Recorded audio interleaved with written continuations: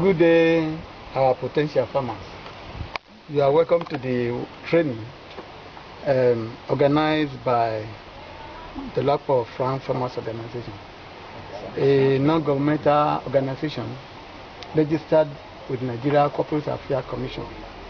The essence is to empower smallholder farmers in the production of staples such as yam, cassava, plantain, and other arable, and even some tree crops like jatofa that have very good that we need for the insect modification. We need the yam tuber, so this one we have. Then we need sawdust, it's a growing medium. Then we need wood ash.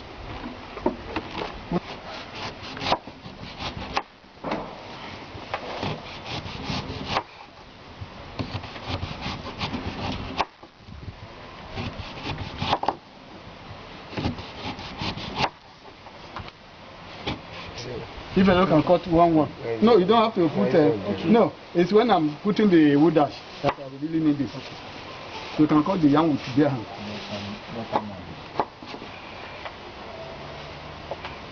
Maybe if you cut one, then another fellow can cut. Okay.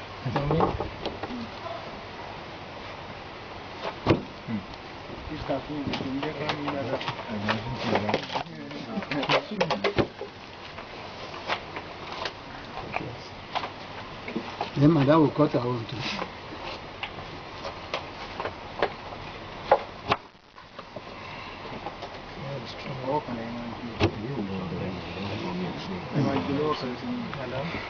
Madam?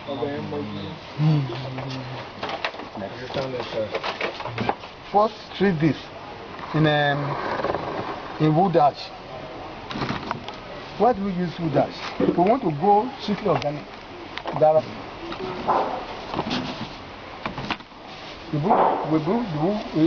wood ash will be put in water. This is water. This is ordinary water. And this wood ash. Just some handful.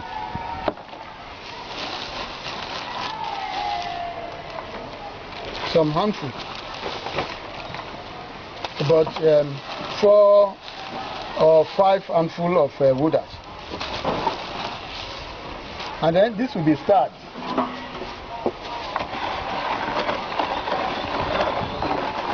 So you now see this is wood ash suspension. The wood ash is in suspension. Now for this, we want to ensure that the cut surfaces of this set are covered with the wood ash. So we put, to ensure this, we put this inside the perforated basket. The set that we have cut, put inside the perforated, it won't be too many at a time. Now we did this in and out. Can we add more water, please? A little more water.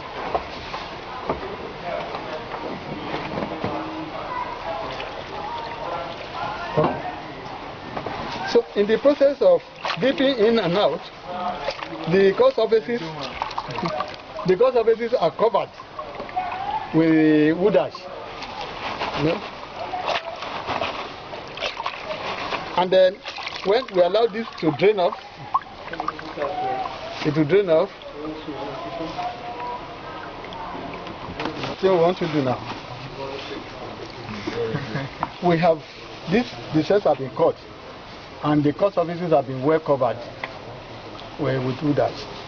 The next stage is to air dry for about 12 hours. Usually we say overnight, but when you air dry, whether you do your cutting in the morning or in the afternoon, better in the morning or in the evening. After you cut, you now arrange the set this way. Please strictly air dry, not sun dry. It's not to be kept in the sun, but under a shed, like the shed we have, like this shed. So what we do now is we start setting this the back down like this. Please, as many as can join us so as to save time.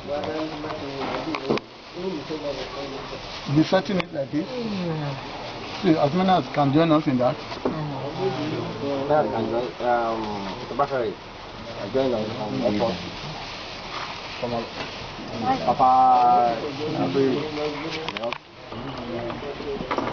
Well, so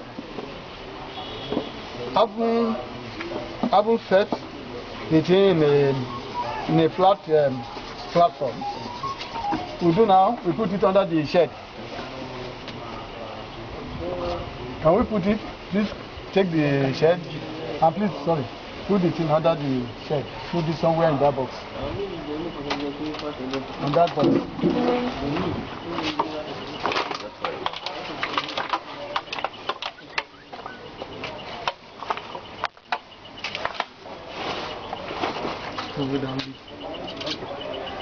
Now we want to assume that the test there will be there overnight, at least for 6 hours. At least for 6 hours. The next stage is to prepare the nursery. The nursery says, please give us that. That's it. Hold that anyway. The wood ash and everything, we don't need it today. And clean the something.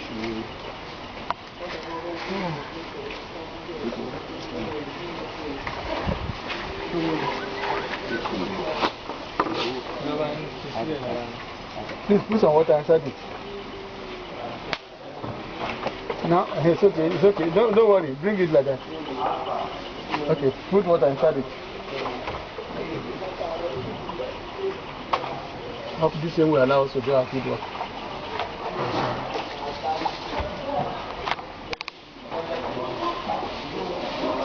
Now, what to do now?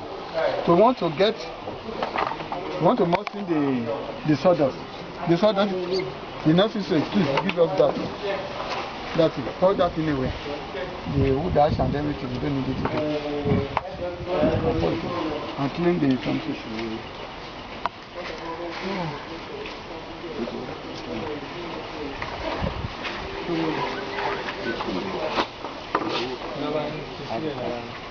Please put some water inside it.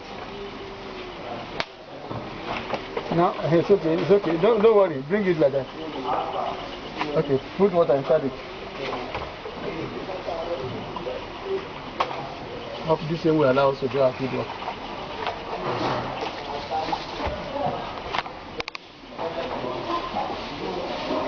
Now, what to do now? We want to moisten the sawdust. The sawdust is a growing medium. It's a growing medium where it is moistened. If it is dry, the set will not sprout. So we make something like what do you call it now? A hollow inside this. Add a little water. When you add a little water, you now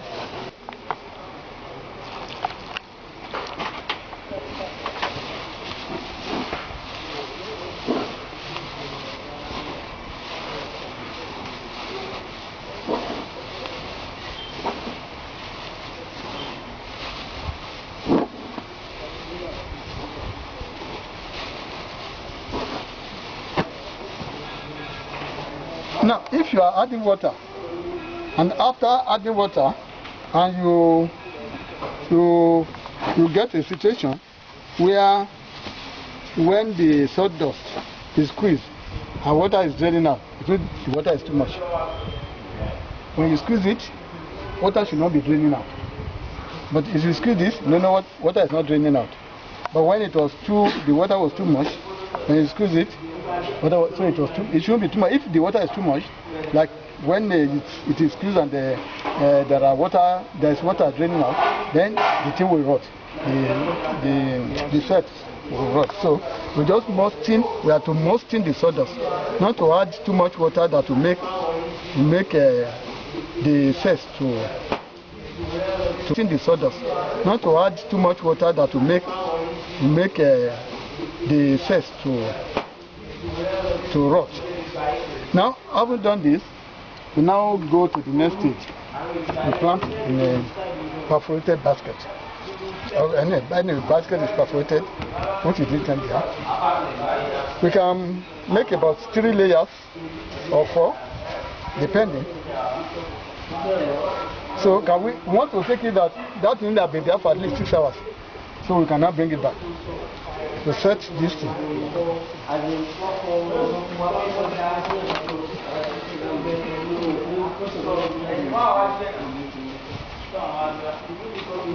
Just as we did here, we can use apart from sawdust. Yeah. You see, we want to go natural. There are growing medium, which are you add chemicals, you know, but sawdust is a good natural growing medium. Yeah. Can we use soil?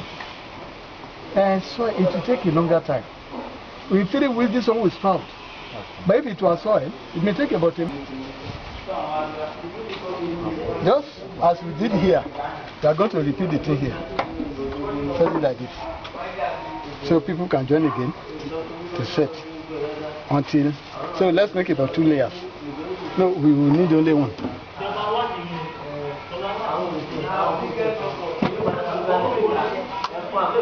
I don't know what that's.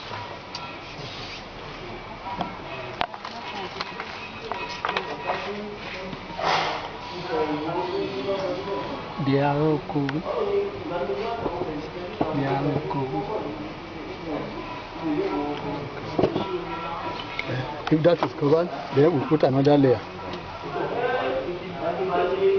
After 3 weeks, it will start to, even after a week.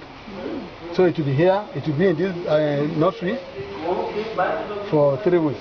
After a week, it starts to sprout. So let's have another layer.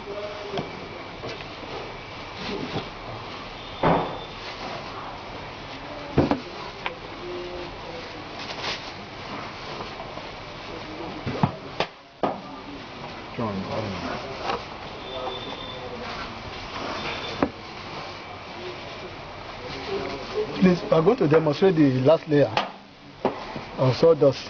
Somebody will do that. Okay, how can the one beneath germinate? It will germinate. Yes. Okay. Yes. We'll now bring the whole thing out and then plant in the field. The reason why we can put layers here is because the basket is perforated. So the water cannot retain underneath. It will drain out because we'll be watering it. We'll be checking the moisture content of the sawdust. If it's getting dry, you add a little water until it has to be kept moistened. That's the thing. It must be moist 10 centimeters. So now plant the seedling. When it's sprouting, it becomes seedling. So when you now plant it in the field, after 6 months, it will give seed yam. This is the planting material of yam. After 6 months. If you plant now, after 6 months, when you harvest it, it will give something bigger. Sometimes you get something that weighs about 500 grams. So I have a cane. And then that is what you now plant for the following year. So that is why we say in a nutshell, within 2 years, to do something. So if people, now what we are doing is that if you go back to your farm, to your community, and you plant this, that is where the NGO, the sources of the NGO. Now you are training. This is the trainer program. We are making trainer of others. So we are training you to become trainer of others. So when you now plant this, and you have about maybe 1 hectare, when the community, when they see it, they want to emulate you. Before you know it, within 2 years, everybody is planting this, then yam will be in abundance, in great abundance. And then we can conveniently, Nigeria too is the largest producer of cassava, just like yam. But then a Congo of garri now is 400 naira. Yeah. Why? Because there are alternative uses for starch. For yam too can be used for starch, apart from direct consumption. But because this one, it couldn't be like cassava. If everybody is producing, we'll be self-sufficient in it. And then the long and short of it, the bottom line is food security. Food security. So that abundance of food, availability of food is ensured, is secured. That's the essence of all this.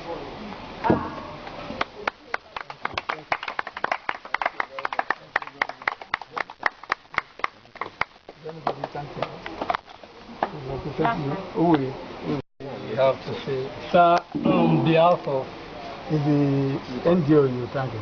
The DOLAPO-FRANK? Yes, on behalf of the Association of Local Farmers in Akure local government. Akure local government area, we want to say a very big thank you to DOLAPO-FRANK, DOLAPO-FRANK Farmers Organization NGO for taking time to organize this workshop, a training workshop for us to be more enlightened on yam set multiplication, which is a means of livelihood for us and that we can also take home for our crude farmers to emulate. We say a very big thank you to DOLAPO-FRANK NGO organization. Thank you very much. I will want to add again that there are other trainings, but we shall contact you when the logistics are fully put in place. And we're still going to do that of plantain. There's Minister contributor of plantain too. Sir, through the what is called. Sir, yes. We appreciate if you can text us. Okay. Not like the email that you just sent to us. Not Okay. all of us have access to the Okay. email. Okay. So we are going to do the plantain minister. We'll let you know when it is time for that. And then apart from that, we also have the plan of the soya bean production, and then the crop value chain, you know, where the recipe that you can get from it, you know, for dietetics, you know, the recipe in soybean and so on and so forth. And then we have program too, we have plan for jatropha, where you can use jatropha even to get diesel. You know, biodiesel. Yeah. People use the diesel of from jatropha to fuel their generator. Yes, it's as clean as the diesel that we buy in town. You know, and then apart from that, the leftover is good source of fertilizer. You know, natural. So we are going organic by this approach, and then it's an intensive cultivation of arable. You know, so when we the logistics of every aspect, every project, when it's fully put in place, we'll contact you, and then we. But another thing is we shall be visiting your farms to see how well you are faring. And like I said, please get familiar, use your phone very well. If there's anything, anytime you want us to visit your farm, want us to know how you are faring, if there's any challenge, the organization is just available to come down. We'll drive down within reach, and then we'll discuss with you in the field. That is our relationship does not end here.